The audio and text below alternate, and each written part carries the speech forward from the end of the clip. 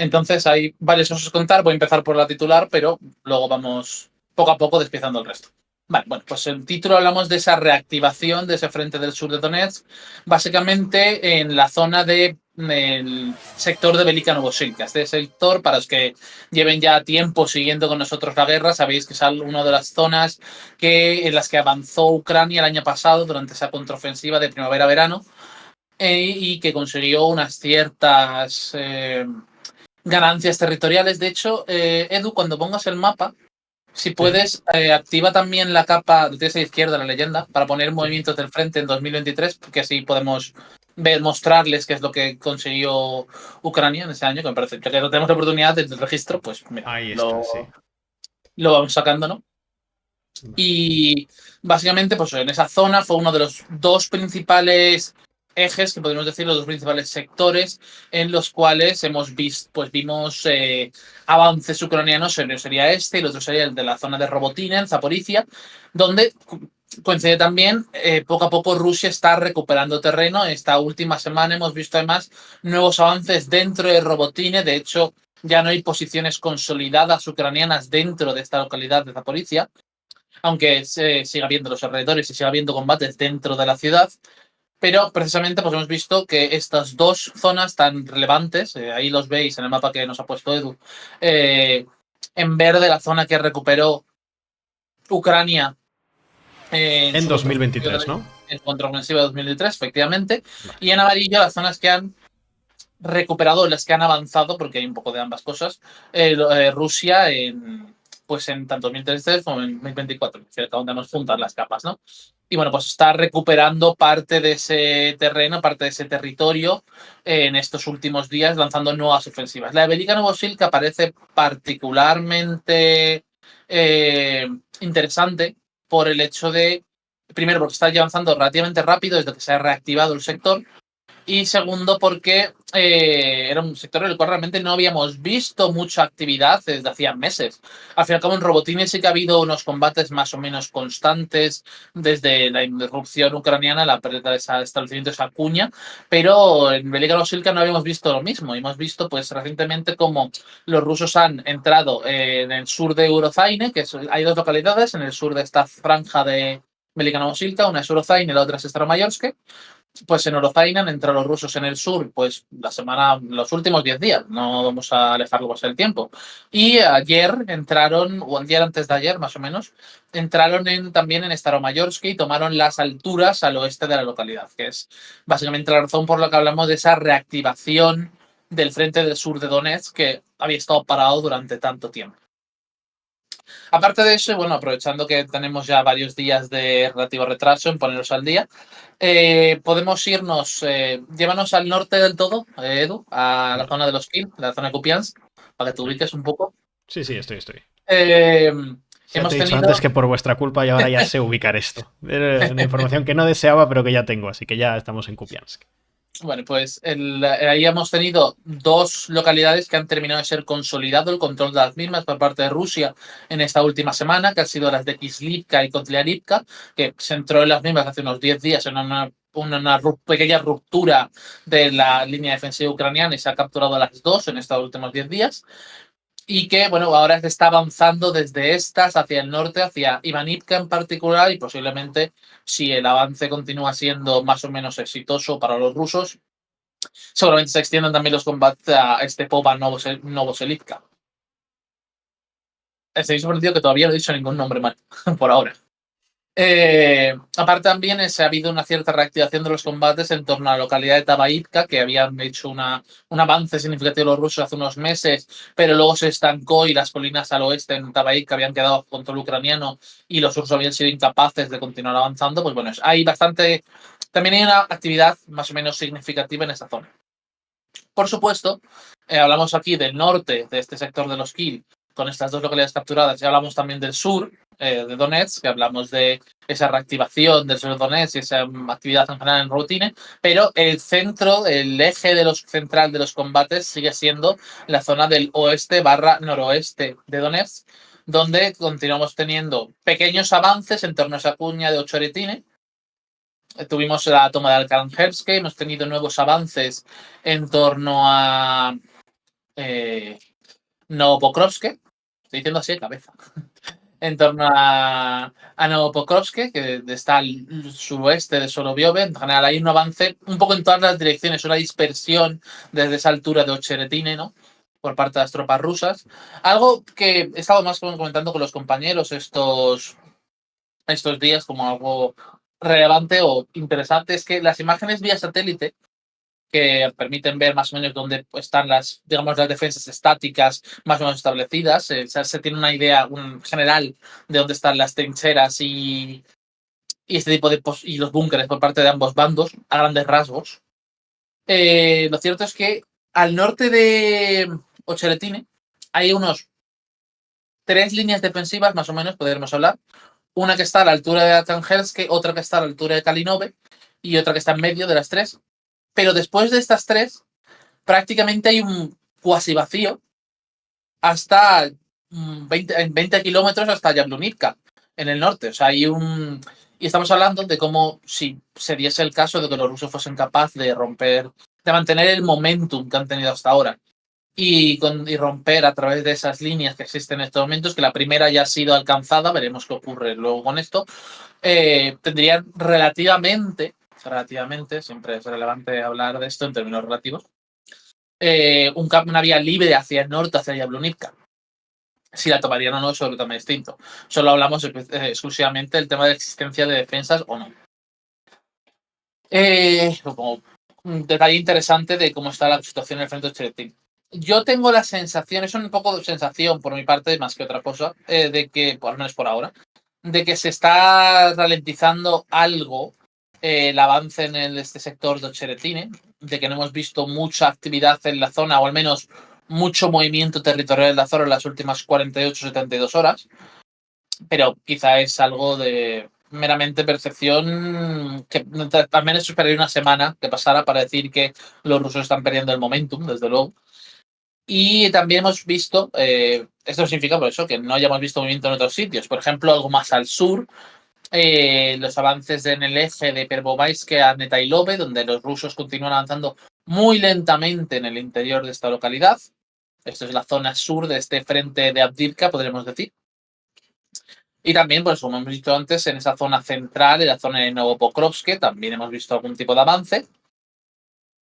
Pero, como digo, no son de la misma escala o la misma velocidad que lo que estamos viendo las semanas anteriores, que hemos llevado todas estas conjeturas, especulaciones sobre una ruptura del frente y demás, que exagerada, aparentemente, pero bueno. Es importante recordar que lo que veis en color amarillo, por ubicar rápidamente, son los avances rusos en 2024. Sí. ¿Vale? Bueno, ¿tienes puestos los 2 mapas ahora mismo? Sí, tengo Espérate. también los avances en verde. No, pero me refiero, es que si tienes puesto 2023 son los avances de ambos. O sea, si te fijas en el mapa que Claro, tienes sí, puesto sí. ahí, ¿no? Los Ahí amarillos son los rusos en entiendo. 2023 y 2024. Y los verdes Eso son los es. ucranianos en 2023 y 2024. Entiendo que donde tenemos marcadas, veis, digamos, todo el bloque amarillo son los avances rusos entre 2023 y 2024, y entiendo, Jorge, que donde hay líneas amarillas superpuestas, Sí, eso marca los avances que ya estaban consolidados en 2023 y todo lo que está por fuera son los avances rusos del 2024, ¿no? sí, correcto. Vale. O sea, en resumen, lo amarillo, avances rusos desde 2023, para que nos entendamos. Y lo que está más alejado, pues son avances de rusos, pero ya dentro del 2024, es decir, los avances que estamos analizando ahora. Y si fijáis, hay algunas zonas verdes que están dentro del amarillo porque fueron zonas que recuperó Ucrania en 2023, pero que luego Rusia ha retomado en 2024, como es el caso del sur de Avdiivka. Eso es. Es un poco ayuda, o sea, el saber cuáles son las capas y demás, ¿no? Pero entendemos que puede ser visualmente un poco caótico si no estás acostumbrado a verlo y no has seguido más constantemente el cómo evolucionado la guerra. De hecho, Vale, voy a pues recordar a todos que este mapa está, que siempre lo decimos, totalmente gratuito en nuestra página web. Así que voy a aprovechar y voy a mandar el enlace por ahora en el chat para que si alguno de vosotros, sobre todo aquellos que estéis viendo el directo a lo mejor en tablet o en ordenador, en móvil lo podéis intentar, pero creo que mejor en tablet o en ordenador, pues si queréis podéis abrir ahora el mapita, nos tenéis de fondo y podéis ir moviéndoos vosotros con total libertad por el mapa, jugar con las capas que están ahí configuradas y así pues lo tenéis como referencia. y ya directamente pues os lo podéis marcar como favoritos en el navegador y entrar todos los días, porque no es que lo actualicemos todos los días, pero casi lo actualizamos todos los días. O sea que, Si lo utilizamos todos los días o no, depende si ha habido cambios territoriales significativos o no. Porque si los efectivamente. hay, sí lo utilizamos todos los días. Lo sé yo porque soy yo que lo actualiza, ¿no? Así que Efectivamente. podemos Por decirlo eso en ese digo que sentido. siempre, aunque haya más compañeros que siguen Ucrania, cuando veáis que estamos hablando de Ucrania y que esté Jorge, quedaos porque él es el que tiene un poco el mapa físico y el mapa general en la cabeza, de ubicarse con todo. Ahí Pues, tenéis el enlace. pues sí, la verdad. Bueno, pues yo creo que con esto, con estos comentarios, hemos repasado un poco cuáles son sus últimos cambios. Básicamente por repasar, se ha reactivado ese frente, digamos, esa zona sur del frente, esa zona de Zaporizhia y del sur de Donetsk, que hemos tenido estos avances tanto en los ejes de Velika-Novosilka como de Robotine. Seguimos teniendo el centro de los combates, la zona más intensa, en la zona del noroeste de Donetsk, en ese sector de Avdiivka. Y también hay combates significativos en la zona de el norte, en Kupiansk, en la zona de Kupiansk, que se han capturado estas dos localidades por parte de los rusos, y en el oeste de Bakhmut, en la zona de Chasiv Yar, donde si bien no ha habido avances particularmente significativos en los últimos días, también hay combates particularmente intensos. Además de esto, aunque no está reflejado en el mapa, hay bastante actividad a lo largo de toda la frontera ruso-ucraniana, porque los rusos han ido acumulando en los últimos meses, esto es otra cuestión que podemos tratar ahora, tropas a lo largo de las fronteras de Kharkov y de Sumy. Se han intensificado los intercambios de artillería transfronterizos, también los ataques a acumulaciones de tropas ucranianas en estos dos oblasts fronterizos que están, digamos, fuera de esa zona central de combates del Donbass, aunque no el este Kharkov, pero sí, digamos, el norte, y que corresponden también a la formación de nuevos grupos de tropas por parte de Rusia y toda esta especulación que nos he visto antes que nos preguntabais sobre si Rusia lanzará una nueva gran ofensiva este año y si habrá la gran especulación que ha habido en prensa sobre si esa ofensiva sería expandir los frentes e intervenir en Kharkov y Sumy, que serían esos dos oblasts, que sería el sector norte y sería expandir la guerra más allá del Donbass. Expandirla en el sentido de cambios territoriales. Obviamente la guerra está más allá del Donbass. Los rusos bombardean de manera recurrente en otros oblasts que no son aquellos que están en disputa en estos momentos. Pues si queréis, vamos un poco ahora con las preguntas, salvo que tú creas, Edu, que merece la pena mencionar alguna cosita más. No, de hecho había ya una pregunta rápida. O sea, había varias, pero hay una que la he destacado para tenerla, que no se me olvidara, que decían los pequeños avances ucranianos que hayamos visto, que podamos ver en adelante, cómo puede haber pesado el paquete de ayuda estadounidense, que sabéis que es algo que hemos traído aquí a colación, que lo estuvo explicando entre otros Ángel en su momento, y que evidentemente pues abrió la incógnita en su momento de, bueno, es un gran paquete de ayuda, pero ¿hasta qué punto va a poder frenar estos avances que veníamos contando hace semanas o hace meses incluso por parte de Rusia? Tenemos pruebas claras de que la ayuda estadounidense ya ha llegado al frente, ¿vale? Ha permitido reponer artillería, ha permitido reactivar algunas unidades que habían estado realmente dañadas. No todas, estoy diciendo, pero que ya está empezando a llegar al frente desde hace unos días. Y quizá esto se refleje en lo que comentaba antes de que es posible, aunque no lo tenemos seguro por ahora, que se haya perdido el momentum por parte de Rusia eh, de ese avance en la zona de Ochoretine. Es pronto para saberlo. Es algo que iremos averiguando, iremos descubriendo, por así decirlo, en las próximas semanas, los próximos meses, el ver cómo se está desarrollando realmente la situación en la zona. Sobre los que comentáis, así que ha sido muy rápido realmente. Los estadounidenses ya declararon públicamente que la ayuda para Ucrania, antes de que se votara, se había preposicionado en Alemania y Polonia para hacer un traspase relativamente rápido. Ha sido digamos, un proceso que muy preparado para ser precisamente lo más rápido posible según se produjese el desbloqueo político. Cuando eso, digo, los efectos que habrá después, pues es pronto para decirlo. Es pronto. Sobre todo queda por ver también si habrá o no una gran ofensiva rusa. y en qué condiciones, que es algo que tampoco sabemos con certeza. Se ha especulado mucho, pero tampoco con plena certeza. Y algo que he visto antes, pero no he tenido ocasión de mirar, bueno, que he visto que había pasado, pero no he tenido ocasión de mirar, es que al parecer hoy ha habido un acuerdo de la... Aquí está, mira, voy a mirarlo rápidamente. Por parte de la Unión Europea para utilizar esos fondos congelados de Rusia para apoyar a Ucrania. Que ha habido un acuerdo hoy al respecto. No he mirado los detalles, sé que lo están comentando varios compañeros, lo he visto de fondo, pero por lo que leo, hoy ha habido un acuerdo en principio para tomar medidas extraordinarias y utilizar estos fondos, y por lo que puedo leer aquí muy rápidamente, se van a utilizar 3.000 millones de dólares, bueno, de euros, perdón, para compras de armas y reconstrucción antes del verano. Ojo ahí, eso es bastante rápido. Cuando haya más información al respecto, sé que será otro día, no hoy, os lo contaremos en la medida de lo posible, ¿no? Pero por ahora quedaos con ese dato. Parece ser que la Unión Europea ha llegado a un acuerdo entre sus miembros para utilizar esos fondos congelados de Rusia para apoyar a Ucrania. No he visto Bueno, todavía una reacción de Rusia, así que veremos. La habrá, seguro. Quiero decir, es evidente que Rusia tiene que hacer algún tipo de declaración diplomática en respuesta a esto.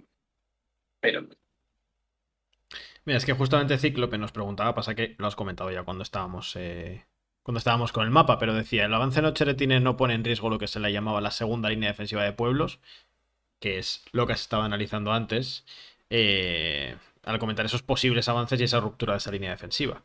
Nos preguntaban también si esto, justamente este paquete de ayudas estadounidense, podría fortalecer esa línea defensiva más allá de Ocheretine en el bando ucraniano. la segunda línea de pueblos de Avdiivka, que es una línea que abarcaría de Ocheretine, Voy a Sokil, proyectarla ya que estoy. Yefimivka, Mezove y hasta Karlivka, ¿vale?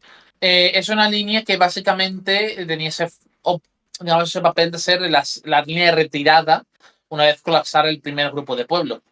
Pero el problema que han tenido y que tienen los ucranianos ahora mismo es que el punto clave de esa línea era Ocheretine, precisamente, porque Ocheretine es la mayor altura en la región. No es mucho, estamos hablando de. No ninguna altura es particularmente grande en toda la zona, pero es una colina elevada que tiene, digamos, un papel fundamental como anclaje de toda esa línea defensiva. Entonces, al haber sido capturado Cheretine, la línea ucraniana está en una situación mucho más precaria. No llega a los 300 metros siquiera. 240, entre 240 y 260, no recuerdo ahora mismo, pero vamos, estamos hablando de una altura de 240 a 260. Pero sigue siendo una altura relevante dentro del panorama regional, y el haberla tomado los rusos les da una ventaja clave para poder colapsar esa línea si consiguen mantener la presión y demás.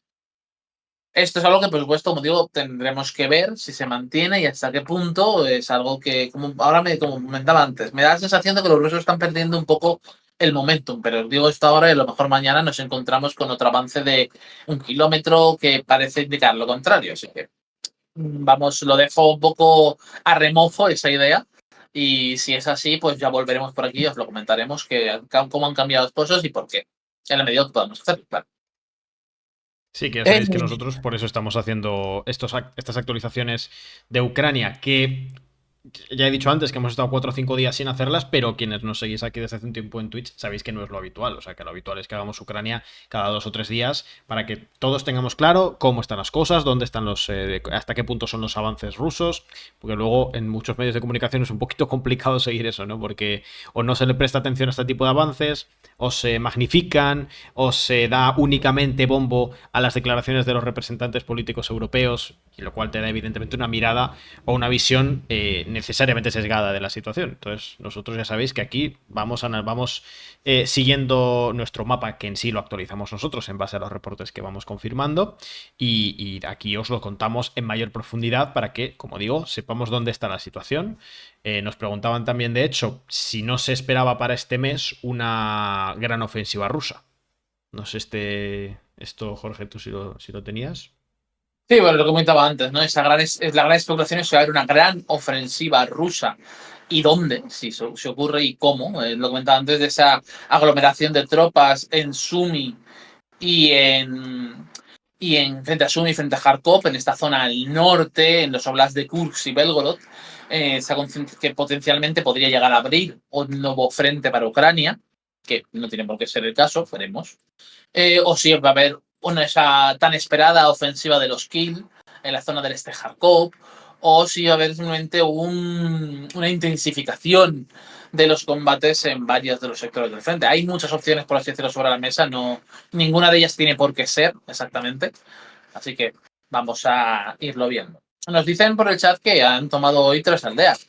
Yo no me consta, porque sí que han tomado varias localidades en los últimos días, pero ninguna de ellas es en la zona de Ocheretine.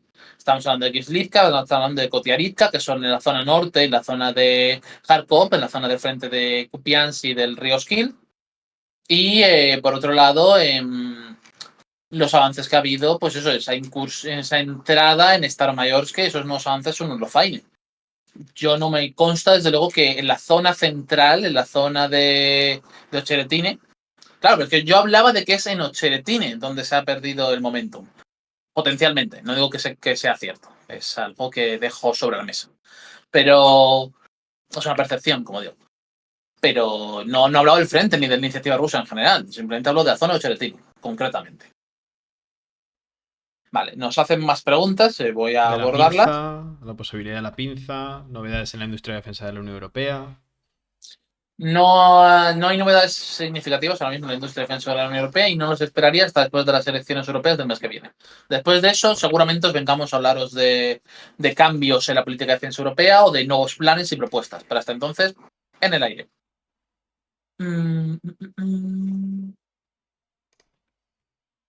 Vale, ¿qué opináis de los analistas que hablan de la posibilidad de hacer una pinza entre Ocheretine y Chasiv para buscar cierta bolsa lo que daba del frente del 2014? Mucho futurismo, ciencia ficción, plausible pero lentamente.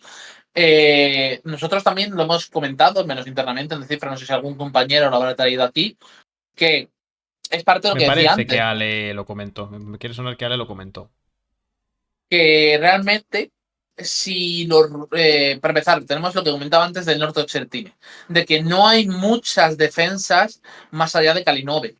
Prácticamente no hay ninguna más allá de Kalinove. Si los rusos consiguen tomar Kalinove, la zona de Kalinove al norte de Ocheretine, hay casi unos 15 kilómetros en los cuales no hay defensas estáticas significativas.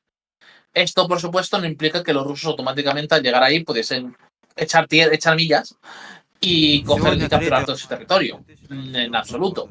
Pero lo cierto es que si tienen los medios disponibles a ellos, sería más fácil realizar ese avance hacia el norte en dirección a Konstantinivka o más bien a la carretera que une Konstantinivka con Pokrovsk. Eso puede pasar, es una opción, pero me parece ahora mismo lanzarse demasiado a especular con lo que podría moverse hacia el futuro, el frente. No pasa nada por la pedantería, se disculpa. Es un comentario que han hecho en el chat. Aparte lleva razón. Luego, sobre la propia zona de Chasiv Yar, es una de las batallas que más importancia se le está dando mediáticamente, ¿no? La de Chasiv Yar por ser esa altura dominante sobre Konstantinivka, ser otra de esas ciudades convertidas en fortaleza. Pero hay varios problemas para el desarrollo de esta batalla. Para empezar, que para irrumpir en el núcleo de lo que es Chasiv Yar, tienen que cruzar el canal del Donetsk. Y eso es problemático. Eso es una tarea que va a ser complicada. A pesar de que haya habido incursiones a través del mismo, sean menos reportes de las mismas. Y que también es una batalla que se va a desarrollar bastante lentamente. Luego, me preguntáis una pregunta clásica, ¿no? ¿Qué plan tienen los rusos? ¿Qué quieren hacer los rusos? ¿Qué es lo que pretenden? ¿Conquistar hasta Kiev? ¿Hasta dónde? ¿Qué es lo que tratan de hacer? Esta es la pregunta del millón, ¿no? Es una pregunta que siempre es clave para el análisis de la guerra de Ucrania. Más que cuál es el objetivo máximo, que en parte te diré que es hasta un cierto punto, hasta donde puedan llegar. Lo que plantearía como relevante es el objetivo mínimo. Los 4 oblasts de Lugansk, Kharkov, Lugansk, Donetsk, Zaporizhia y Gerson son 4 oblasts que han sido anexionados oficialmente por Rusia y en consecuencia están reclamados por Rusia como, en mi opinión, como una suerte de línea de mínimos mínimos. Pero idealmente siempre hemos considerado, y eso que lo hemos hablado muchas veces aquí, Nikolaev y Odessa, las otras 2 regiones que son costeras del Mar Negro, serían clave para Rusia. Idealmente, porque sin costa del Mar Negro, la viabilidad económica general de Ucrania es mucho menor. Se le pone una situación de mucho más compromiso y mucho más complejidad. Ahora bien, un cruce del Dnieper no se contempla en este momento. No es algo que sea. Por ejemplo, cuando hablamos de todas las opciones de una gran ofensiva rusa ahora, hablamos de que podría ampliarse quizá para el norte de Kharkov, para Sumy, o afianzarse en alguna de las zonas que ya se está combatiendo. Pero no se contempla en ningún caso que los rusos vayan a controlar el Dnieper. Los combates no están tan a su favor en la zona del Donbass como para permitirse expandir el frente de esa manera. Además de la propia alteración de las dinámicas que tendría consecuencias por la reacción de otros. Además, otra cuestión significativa en este sentido es la dificultad que estáis comentando más por el chat de las fronteras más o menos naturales que podrían tener cualquier tipo de paz en Ucrania. Eso es algo que también hay que tener mucho en cuenta. A ver, ¿qué más preguntas nos hacéis? Que son unas cuantas.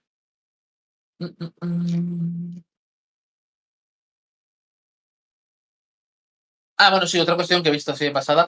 Luego hay que tener, por ejemplo, en cuenta lo que han dicho ya los rusos de que es necesario establecer una cierta zona de seguridad a lo largo de toda la frontera para impedir los ataques transfronterizos como los ocurren en Belgorod. Es otra cuestión que hemos tener en cuenta de declaraciones hechas por las autoridades rusas y las consecuencias que pueden tener sobre el terreno.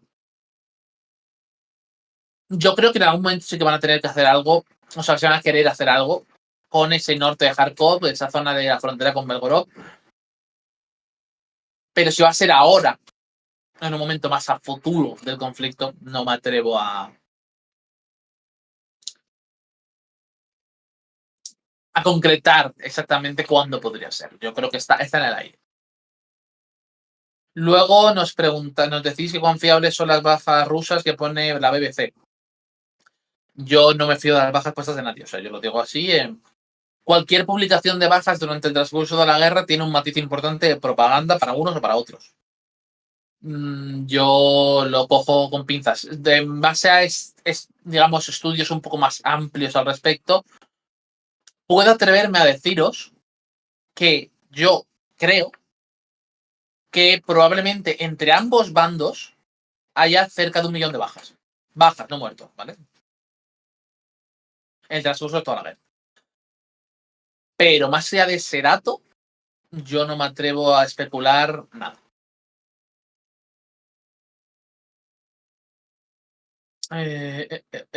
Incluyendo civiles.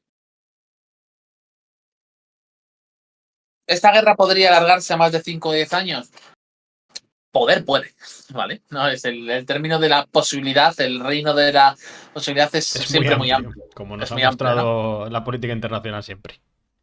Pero yo personalmente creo que esta guerra terminará entre 2026 y 2027. Esa es mi estimación. Lleva siendo desde el principio de la guerra, en realidad. Que si los rusos no conseguían esa victoria inicial en ese blitzkrieg inicial sobre Kiev, la guerra se alargaría eso, 2027-2027. ¿Cuándo exactamente? Pues no lo sé. No depende de muchas cosas y perfectamente podría alargarse más allá de esto. Pero es lo que me parece que es lo más probable. Y más preguntas que nos estáis haciendo. Si tú ves alguna por ahí, Edu, que quieras que me digna de mención. Estoy mirando, de hecho, aprovecho que he cambiado ahora lo que estamos proyectando. Yo creo que es más chulo esto, porque si no, nos terminamos haciendo un lío. A ver, vamos a ver. Espera, que me pongo aquí también. Nos preguntaban, por ejemplo, por Krinky. Si es cierto que han ganado terreno ahí los ucranianos. Sí, 3 calles. Seamos solamente sinceros. Unas 3, 4 calles, pero sí, sigue habiendo combates en la zona. Bueno, pero que al final o sea, evidentemente 3 calles siguen siendo muy poco, incluso en este tipo de guerras. Pero lo que hay que entender es que cuando analizamos el conflicto en Ucrania es este el tipo de guerra en el que estamos ahora. Sí, O sea, sí, por este es el supuesto. O sea, momento de la lo que guerra. he dicho con un poco de sorna, realmente son un poquito más de 3 calles, son como 6. Pero hay avances, hay movimiento, hay actividad, hay combates en la zona, pero no es algo drástico de han capturado todo Krim, que es usar los rusos y no. Sigue siendo esa zona de combates en la zona de Gerson que no. Que continúan, pero no tienen una particular centralidad en lo que está ocurriendo ahora mismo en el conflicto. Sí, que además estamos en un contexto en el cual los avances rusos, cuando venimos aquí a contároslos, son más que 3 calles, evidentemente, pero no dejan de ser pueblos, pueblos muy pequeños en los que se va avanzando el terreno. El último gran avance, gran avance que tuvimos que contar, entiendo que fue la toma de Azvizka. Todo lo que ha pasado después son avances relativamente menores, importantes por el momento que estamos de la guerra, pero menores al fin y al cabo. Para que nos hagamos una idea, Vizca tiene una localidad de antes de la guerra de 32.000 habitantes. Estamos hablando de esas cifras, ¿vale? No estamos hablando de nada Cenone, mayor que esto básicamente. normalmente. Chasim Yar, por ejemplo, tiene 12.000, o tenía 12.000. Y la otra que está en disputa ahora mismo, que es Krasnogorivka, si no recuerdo mal, estaba sobre los 16.000. O sea, para que os hagáis una idea, estamos hablando de pueblos más o menos grandes, pero mayormente pueblos. Abdikan casi contaba como ciudad pequeña, ¿no? Pero. Bueno, pues Y sí, voy a efectivamente. aprovechar. Ah, Bueno, sí, perdona, Jorge. nada, No, quiero que voy a comentar que nos decían que eso, aprovechar. que Krinky es una ruina, y es cierto, muchas de sobre todo las localidades más pequeñas, han sido reducidas a escombros. Ya no son localidades prácticamente. De hecho, por ejemplo, en Marinka me parece correcto decir que Marinka era una localidad. Ahora es un montón de ruinas humeantes. Literalmente. Literalmente. Bueno, nada, quería aprovechar para hacer una pequeña promo, que no hemos hecho todavía, así que procedo a cambiar ahí. Ahí estamos. Vale, Adelante, maestro. efectivamente. Os quería contar, en realidad no es tan promo, porque es más bien un cambio que os estamos contando, que lo hemos contado ya en el directo de este mediodía. O sea, si alguien ha estado en el directo de este mediodía, en este minutito se puede ir al baño si quiere o a por un vaso de agua o algo, porque ya ha escuchado esto. Pero básicamente es que vamos a cambiar la programación de Twitch, ¿vale?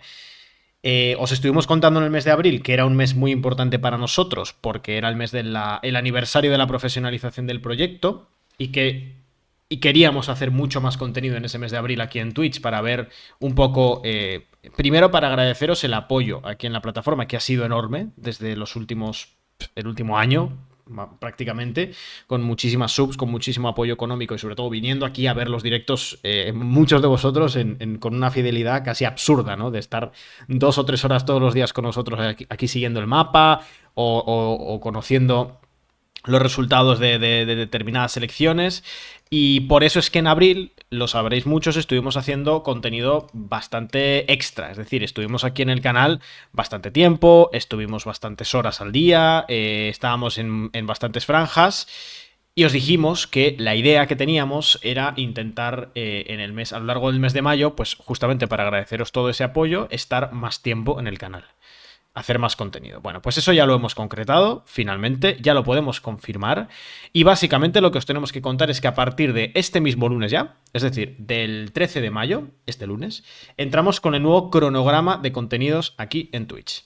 ¿En qué se basa este nuevo cronograma de contenidos? Básicamente en el contenido que ya estábamos haciendo hasta ahora se queda intocado, es decir, va a seguir exactamente igual a como estaba antes. Los directos nocturnos de actualidad a las 8:30 de la noche van a seguir como siempre. Igual algún día abrimos a las 8, 8:15 o 9 menos cuarto, pero en general, como hora fija a las 8:30 van a seguir. Mismo formato, mismo tipo de contenido, que es venir aquí, analizar la última hora, contároslo, a brindaros un poquito de análisis y a responder vuestras preguntas. Hasta ahí todo normal. Por cierto, aprovecho para agradecerle a Crossack Agradecerle a Vikand, a Slam el Grande, Hinak, a Arturo, a Nichu y a Kosako, todos ellos con sus distintas suscripciones de Prime, la normal, bueno, todas las suscripciones que nos habéis ido dando, que nos habían acumulado, así que muchísimas gracias. Recordad que, por cierto, hay que renovar las suscripciones de Prime manualmente, que no se renuevan solas y que la han escondido un poco y se encuentra en eso que veis ahora mismo en el chat. Dándole a mejor a tu suscripción, suscribirse gratis, suscribirse con Prime. Bueno, volviendo. Ese cronograma va a conformarse, como digo, de estos directos que ya hacemos ahora y además de nuevos contenidos, que van a ser los siguientes. Primero, el directo exclusivo para suscriptores, que era hasta ahora los viernes a las los viernes a las 12 del mediodía, que era ese momento de charla exclusivo para los subs de aquí de Twitch. Va a seguir siendo los viernes a las 12 del mediodía, pero además vamos a meter una segunda franja, que son los lunes a las 12 del mediodía. Es decir, vamos a tener 2 directos exclusivos para suscriptores, 2 cafés con Descifra a las 12 del mediodía. Uno el lunes y otro el viernes. Ahí ya tenemos un directo extra. Vamos a tener también los martes y los jueves a las 3 de la tarde, lo que va a ser algo así como una mañanera, por así decirlo, que no es tanto de mañanas, es más una mediodiera, pero bueno, para que nos entendamos. Martes y jueves a las 3 de la tarde vamos a venir.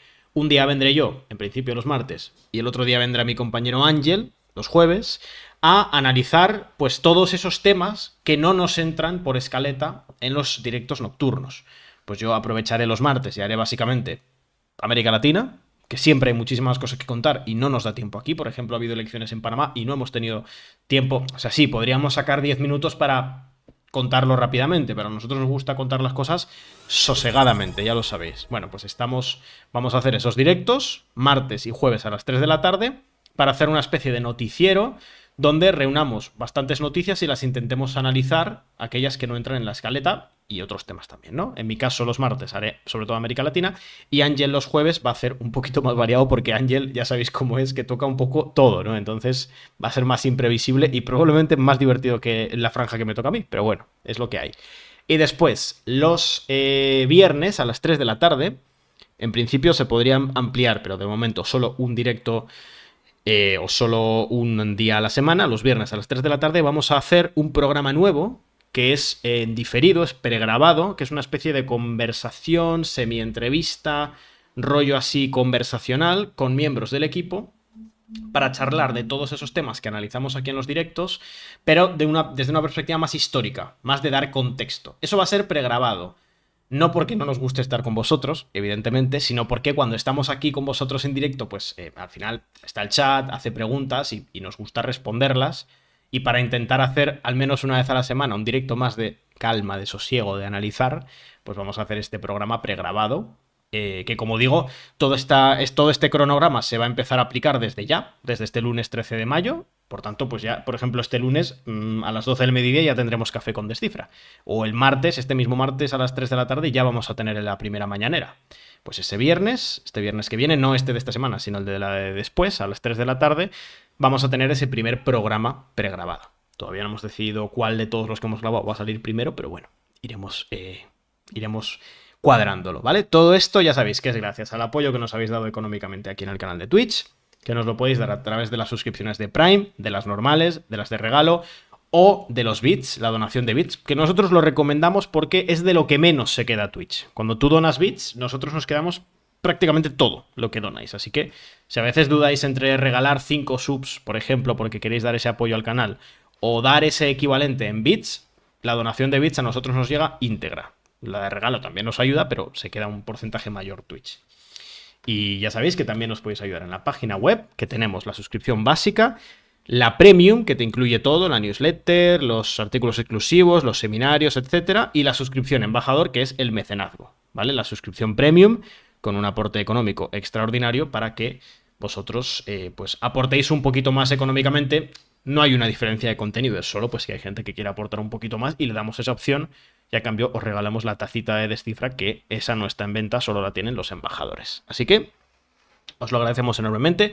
Cualquier forma que tengáis de darnos apoyo es bienvenida. Y si os suscribís a la página web en este ratito, decídmelo por favor por el chat, porque así os lo podemos agradecer, ¿vale? O Jorge o yo os lo agradeceremos. Gracias, Village, por esa sub de regalo para no variar en tu caso. Y sí, los pregrabados estarán también subidos a YouTube, ¿vale? Así que los podréis ver ahí si no podéis estar en directo aquí. Digamos que eso, como es más bien una conversación, una cosa así un poco rollo, no diría podcast, ¿no? Pero más, pues eso, pues más ameno, lo vamos a emitir primero en Twitch y luego ya al día siguiente o a los 2 días en YouTube. Entonces la gente que está aquí en Twitch, los que nos veis aquí, pues vais a tener ese contenido antes que el resto. Efectivamente, sí, regalar subs ayuda a los otros, que también es una ventaja importante. Si tenéis una sub de regalo, a nosotros nos ayuda mucho si la cambiáis a una suscripción de las de pago. ¿Vale? Así que esto es todo de promo, yo creo. He concentrado todo en una única promo, así no tengo que volver a cortar. Y puede seguir Jorge con preguntas que imagino que han sido bastantes. Y sí, Village, lo vamos a nombrar mañanera. Ha sido un poco un guiño a ti y a otros seguidores del canal que son mexicanos. Pero es que es un buen nombre, la verdad. ¿Qué quieres que te diga? Es un nombre, no sé si muy original por nuestra parte, pero desde luego que dice lo que queríamos contar, básicamente. Vale, volviendo entonces, Jorge. Nos preguntaban, por ejemplo, sí, una imagen del calendario. Vamos a intentar hacerlo y... Vale, pues igual lo diseño y lo proyecto aquí en el próximo directo, ¿vale? Además ya me lo había dicho Ander, que sería más que recomendable. Volvemos entonces, Jorge. No sé si quieres que proyecte mapa, tweet. Tengo aquí estas cámaras que he encontrado de varios núcleos, algunos en situación de frente de guerra y otros no tanto de Ucrania. Yo, lo que tú me digas, yo lo pongo. Bueno, pues a ver, tenemos aquí alguna pregunta pendiente que no, que sé que son algunas que no tengan que ver con la nueva programación. Que si hacéis Efectivamente. también, pues tampoco es tan mal, ¿no? Quiero decir, pero vamos a volver hacia el tema de. Bueno, nos preguntaban, vale, sí, por ejemplo, ¿cuál es la utilidad de mantener Crinky? Básicamente, mi opinión al menos, es aunque esto es algo relativamente debatido, es que el objetivo de mantener la presión en Crinky es mantener tropas rusas bloqueadas o limitadas territorialmente que tengan que estar permanentemente desplegadas en la región de Gerson para evitar que haya una intervención, algún tipo de movimiento por parte de Ucrania que pudiese ser disruptivo para los rusos en la zona que sí controlan del lado este del río Dnieper. Sobre si esto realmente merece la pena el coste que de tener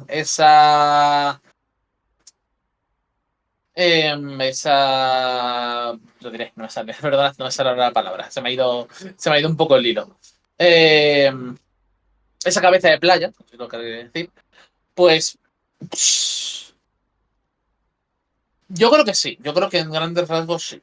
Pero hasta un cierto punto, ¿no? Depende de cómo evoluciona siempre la situación para hablar de hasta qué punto es rentable, por así decirlo. Más allá de esto, ¿tenemos alguna otra pregunta? Está viendo por aquí, a ver, habría que ir un poquito hacia arriba, que como hemos estado hablando de la nueva programación, sí, ha habido directo hoy, lo vais a tener en diferido, ¿vale? A las 3 de la tarde hemos estado hablando con Ángel sobre Oriente Medio. Pues mira, dice Village, en lo de Avdiivka, lo más sorprendente fue que los ucranianos se retiraron incluso más allá de la planta de coque. Bueno, sorprendente. Yo no lo veo tan sorprendente, en el sentido de que la posición de Avdiivka era muy mala. Estamos hablando de que Avdiivka era era un caldero de 12 kilómetros de profundidad que estaba siendo muy intensamente bombardeado por la artillería y la aviación rusa. Las posiciones eran poco sostenibles en términos generales, especialmente teniendo en cuenta que Ucrania tiene un problema de... intento no usar anglicismos todo el rato, iba a decir manpower, no me sale ahora decir de soldadesca, creo que es el término correcto del todo en castellano. No tiene soldados suficientes, es su principal problema, ese límite, esos problemas de reclutamiento, esos problemas de tener a su disposición, por hacerlo de la manera más bruta posible, carne, por así decirlo, para llenar huecos en la defensa, gastar las vidas que implicaría en una situación tan mala como es la que tenía en Avdiivka, no merecía la pena. Yo creo, al menos esa es mi percepción, mi perspectiva de cómo, de la situación que había en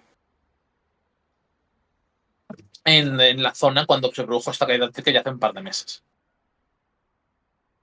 Vale, a ver, nos teníamos. Estoy yéndome para arriba porque había preguntas, ¿eh? A ver, nos dicen. Una pregunta a raíz de lo que está ocurriendo. ¿Cuál es la posición oficial de Rusia respecto a Israel ahora mismo? No sé si esto es irnos mucho del tema, pero. Para decirnos un poco del tema, los rusos, como si siempre hemos dicho que Rusia mantiene una relación relativamente cordial, no voy a decir buena, voy a decir cordial, con Israel. Han tenido sus múltiples desencuentros en Siria. Y esto ha sido, por ejemplo, las razones por las cuales los israelíes no le han mandado armas a Ucrania a pesar de las presiones estadounidenses al respecto. Pero esta relación se ha ido deteriorando, especialmente al acercarse más las posturas entre Rusia e Irán a raíz de la guerra de Ucrania. Siguen sin ser posturas hostiles por el momento, a pesar de que Rusia, por ejemplo, sí reconoce Palestina y es uno de los principales defensores formales clásicos de esa la realidad de dos países, en la Palestina e Israel, pero se solución de dos estados. Joder, no se lo perdonadme, no sé qué pasa ahora mismo, no sé hablar de esa solución de dos estados, pero eh, tampoco ha tenido una participación tan directa. Por ejemplo, ahora hemos tenido a China mediando entre Fatah y Hamas en Pekín hace la semana pasada. Entonces, los rusos no tienen un papel tan activo en ese sentido. Si lo tienen de relevancia para con Israel, en el sentido que están presentes en Siria y han tenido muchos incidentes en Siria con los israelíes, pero no tiene, o sea, Rusia no toma una posición tan asertiva a ese respecto en esta cuestión en estos momentos. ¿Qué más preguntas nos hacéis? Las comunicaciones de tropas en las fronteras de Sumi y Kharkov, ¿creéis que se realizará un ataque en la frontera o los rusos pondrán toda la carne en el asador en Donetsk? Internamente, ante cifra es un debate muy vivo, ¿vale? Es muy vivo. No nos ponemos de acuerdo entre nosotros sobre qué es lo más probable que ocurra. Ambas opciones están sobre la mesa. Yo creo que ambas opciones están sobre la mesa. Sobre todo, quedan dudas en cuanto a cuándo se podría llevar a cabo esa acción ofensiva rusa en Sumy y en Kharkov. De hecho, quizá el debate está ahí. Tarde o temprano lo harán, salvo que cambie algo muy drásticamente, pero si va a ser esa gran ofensiva que esperamos para las próximas semanas, próximo par de meses. Me hacéis también este comentario que ha hecho mi padre, me parece muy apropiado. Un movimiento de tropas tan grande es predecible. Los movimientos impredecibles son muy difíciles de hacer en esta guerra en particular, en las guerras modernas en general, pero en esta guerra en particular, teniendo en cuenta la geografía de Ucrania, teniendo en cuenta la cantidad de satélites, drones y la vigilancia general del campo de batalla y demás, cualquier movimiento sorpresivo es prácticamente imposible hacerlo a una escala significativa. Por lo tanto, lo que está pasando, lo que yo pienso que está pasando ahora mismo es Rusia tiene varias opciones sobre la mesa. Impulsar el frente en Donetsk, lanzar una ofensiva por el norte o tratar de romper las líneas ucranianas en el sur, en Zaporizhia y en el sur de Donetsk. Todas esas opciones están encima de la mesa y dependiendo de las realidades sobre el terreno, explotarán la que sea más conveniente. Y tienen unas fuerzas preparadas para cualquiera de los escenarios, en mi opinión. Lo cual al mismo tiempo, igual que los ucranianos les mantienen las fuerzas bloqueadas, por así decirlo, en Kherson, con este cabeza de puente de Krinky, pues los rusos están haciendo lo mismo, al tener tropas en la zona de Sumy de Kharkov, al tener tropas en la zona sur de Zaporizhia, el sur de Donetsk, etcétera, fuerzan a los ucranianos a una dispersión de fuerzas que impide o que les permite, en este caso, ciertas rupturas lentas y progresivas, pero rupturas al fin y al cabo. Nos preguntaban, Jorge, ya que has hablado antes de esta hipótesis de la pérdida del impulso por parte o del momentum Sí. por parte de los rusos en Donetsk, que habías dicho, en alrededor de Cheretine, que si Sí. esto puede tener que ver con algún tipo de refuerzo en las posiciones defensivas de Ucrania, si lo conectas con eso. ¿O cuál sería la causa? Como no me atrevo a especular sobre si realmente está pasando o no, he dicho que es una percepción mía en base a los resultados de los últimos 3 días y veremos si se cumple o no, que no es la primera vez que tenemos simplemente. En los combates no se han perdido el ímpetu, no han perdido ímpetu, ¿veréis? En vez de momentum. No han perdido el ímpetu que tenían anteriormente, pero no se ha traducido en cambios territoriales por la razón que sea. Pues puede que sí que tenga que ver directamente con, por ejemplo, la llegada de nuevo material a los ucranianos. Puede tener que ver por un desgaste de las tropas rusas, una falta de refuerzos para todos los rusos, o, sinceramente, váyate todos a ver, hay una cantidad de opciones sobre la mesa muy significativa como para, en algo que ni siquiera estoy seguro de que realmente sea así lo que está sucediendo, decir, pues esta es la razón o el porqué. Vale, nos preguntaban también qué hay que esperar de Krasnogorivka. ¿Va a caer? ¿Os atrevéis a hacer estimaciones? No como resistiendo regular para ser una posición tan fortificada. Eso último no lo entiendo. Pero eso, ¿cuál es la perspectiva que tenemos de Krasnogorivka? Ahora mismo tenemos con que los rusos han entrado en la ciudad por el sur y por el este.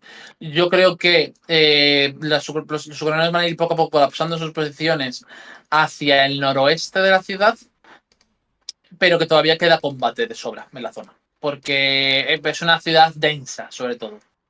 Tiene. Dentro de que es un pueblo, bueno, dentro de que es un pueblo realmente, no una ciudad, ¿no? Pero dentro de los combates que ahora mismo, la zona que queda todo al noroeste de Krasnogorizka es relativamente densa y por lo tanto yo creo que van a tardar bastante en expulsar de ella a los ucranianos los rusos. Pienso. Vale. Preguntan también algunas cuestiones operativas. Lo que has comentado, ¿no? Que un movimiento de tropas tan grande podría ser predecible, que sea observación permanente del campo de batalla con cámaras por todos los lados, que ahí entiendo que los drones, que tú has hablado de este tema de hecho, juegan un papel crucial. Efectivamente, es lo he comentado antes, ¿no? Que es muy difícil cualquier movimiento a una cierta escala que sea sorpresivo. No es algo viable. Nos preguntáis otra vez sobre las bajas. He comentado antes al respecto diciendo yo no me atrevo a especular cifras exactas. Mi percepción en base a los informes que hemos visto y los estudios de medio plazo que hemos estado viendo, manejando en Descifra, es posible que las bajas entre ambos bandos, insisto, bajas no muertos, contando civiles y militares, esté cerca del 1.000.000 de personas. Pero no más allá de esto, de cuánto corresponde a cada lado, cifras más cercanas y más, yo no me atrevo en absoluto. O sea, llamadme cobarde si queréis, pero no me atrevo a especular. O sea, lo que se corresponde básicamente con una guerra clásica, evidentemente. O sea, tenemos no solo el desarrollo de la guerra prácticamente de trincheras, sino también los números de una guerra clásica. El otro día, no acuerdo con quién lo estaba hablando, pero Ucrania destaca, y es evidentemente la guerra más sangrienta en ese sentido, pero quiero recordar aquí, en un breve guiño al equipo de África, que me acompaña siempre en espíritu, que en la guerra de Etiopía tenemos confirmadas por autoridades de la Unión Africana 400.000 muertos hace 2 años. Y no se habla de ello. Muertos, sin sumar los heridos. En Sudán vamos por 150.000. Y en Myanmar por unos 80.000. Sí. Hay muchas bajas en conflictos.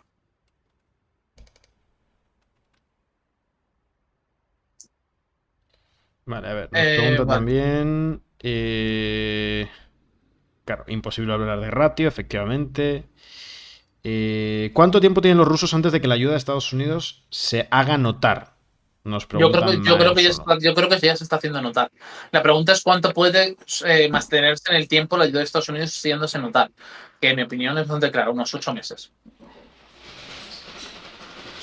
Bueno, de hecho comentabais aquí que, siempre lo decíais, que el problema grande de Ucrania ahora mismo era evidentemente el material, pero también es la ausencia de personas en sí que llevar al frente, de combatientes. Que ahí sí que tiene una ventaja relativa con Rusia, que si la guerra, a medida que vaya avanzando en el tiempo, solo la intervención extranjera puede equiparar fuerzas en ese sentido.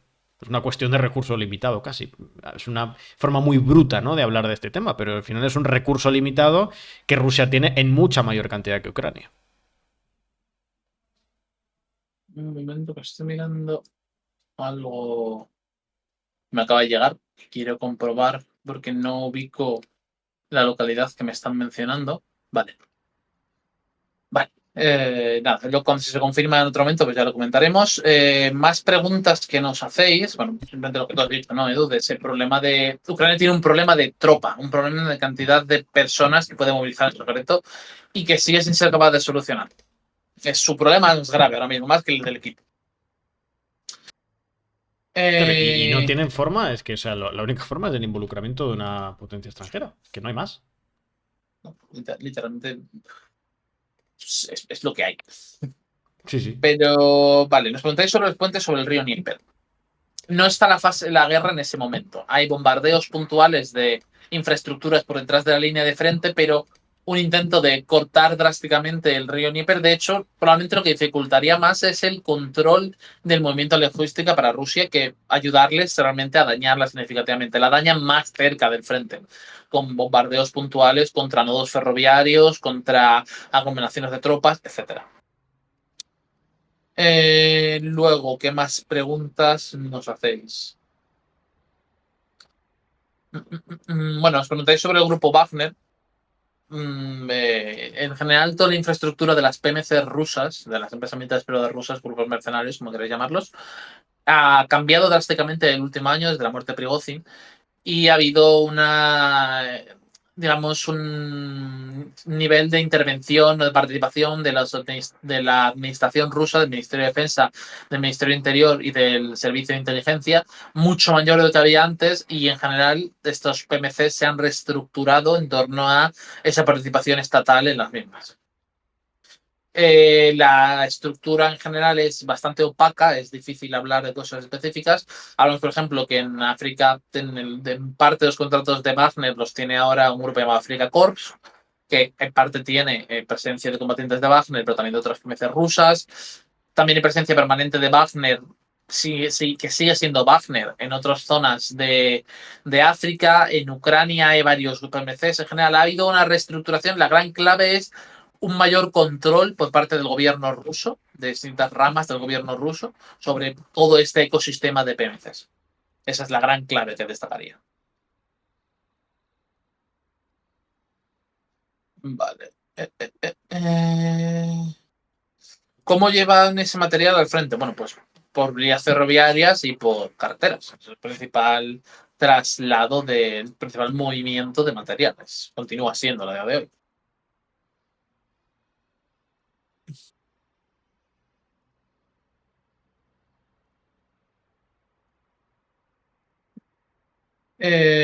Quiero señalar que es Africa Corps, las dos con C.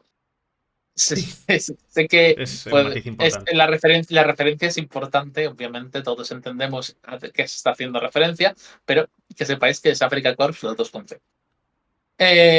Luego, nos preguntáis sobre la movilización en Ucrania, si es muy popular. Sí, es enormemente impopular.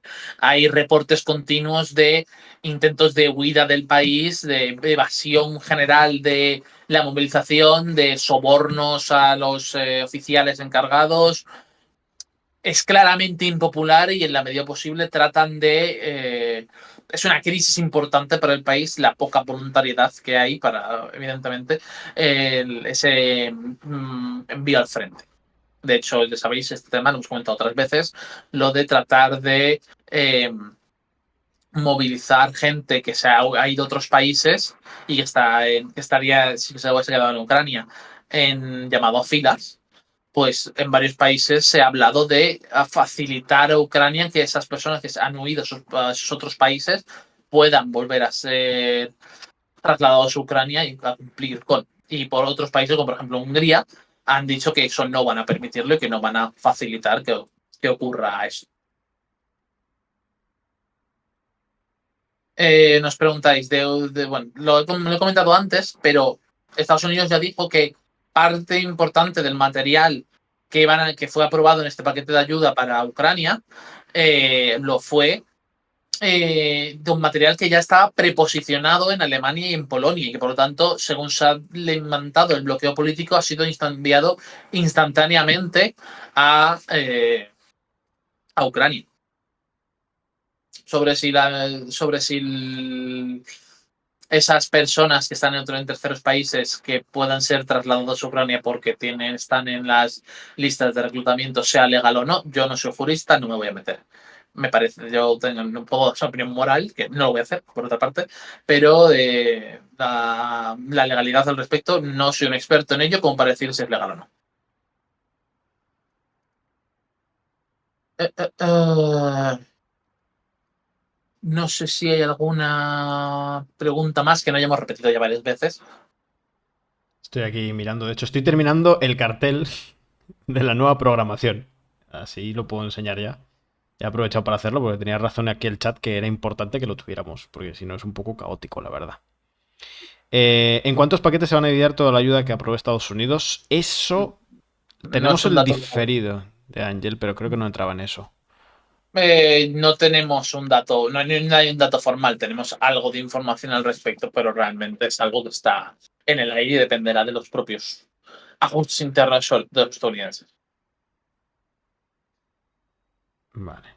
Y nos han Los EP preguntado, sobre todo al principio, por el tema del rearme europeo. No sé si quieres entrar en ese tema, como modo lo un que poco de dije cierre. hasta, lo comenté antes, yo hasta después de las elecciones europeas no creo que haya ninguna noticia particularmente relevante al respecto, Sí, porque estoy de acuerdo. depende de varias cuestiones relacionadas con esto. A ver, al Ah, final, bueno, hasta las elecciones europeas, lo que van a hacer, porque es de interés electoral, es utilizar la cuestión del realme en términos electorales. Todos los bloques políticos, o sea, tanto los que están llevando a cabo una retórica pro-rearme europeo, mantener ese discurso de cara a las elecciones, como aquellos que están en contra, también evidentemente porque les supone un rédito electoral en esa disputa interbloques dentro de los propios países. Lo que se haga después es otra cosa. De hecho, esto Pablo lo comenta mucho, que es una de las variables que hay que tener en cuenta en relación al discurso, por ejemplo, se destaca mucho de Macron, ¿no? Pero también de otros líderes, es la variable de las elecciones europeas. Es decir, que medir cuánto está pesando la inmediatez de esas elecciones en el grado de aventurismo de las declaraciones de líderes como Macron es importante. Porque no es descartable la posibilidad de que esta retórica, pasadas las elecciones, se vea, por así decirlo, minorizada, ¿no? Es decir, puede que sea una forma de capitalizar voto. Yo estoy, o sea, evidentemente Macron está en la línea del Rearme desde hace mucho tiempo, pero no sé si está dispuesto a emprender ese camino pasadas las elecciones europeas. Emprenderlo de verdad, ¿eh? Estamos hablando de ir más allá de la retórica. Pero bueno, eso es otro debate también. Eh, ¿Qué más tenemos? De los F-16 nos preguntan, Jorge. sí, iba a decir antes que se me ha ido la idea. Tenemos, supuestamente los F-16 empezarían a llegar el mes que viene a Ucrania.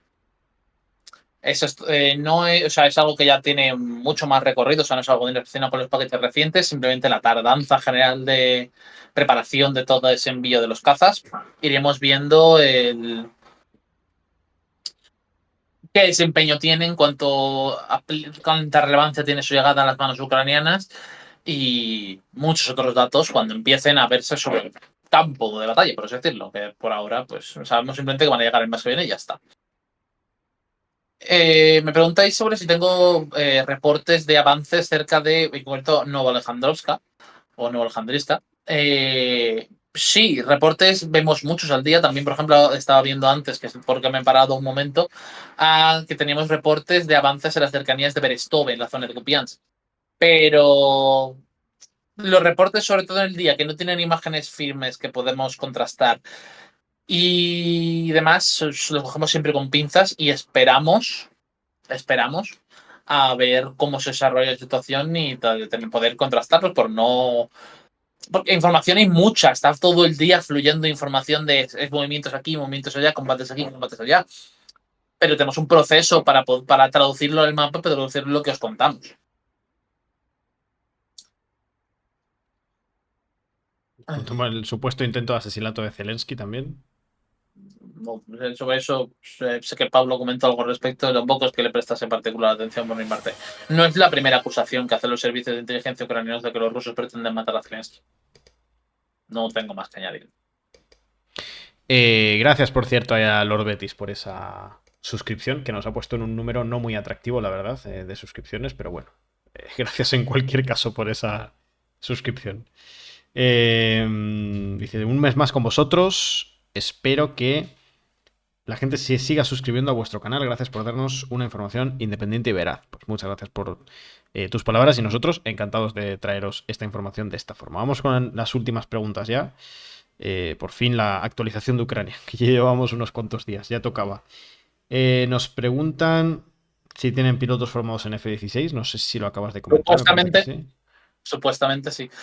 Reconozco aquí, voy a decirlo, no es el primer conflicto proxy en el cual supuestamente has entrenado a los pilotos de un país para que sean los que piloten las aeronaves, sobre todo los cazas son algo muy complicado, que piloten aeronaves en el conflicto y luego resulta que no eran los pilotos de ese país entrenados porque ha habido muchos problemas al respecto, como los que se han reportado con el caso de los ucranianos, porque se han reportado muchos problemas en entrenamientos pilotos, sino que acaban siendo mercenarios o voluntarios, comillas, de los países que los han entrenado.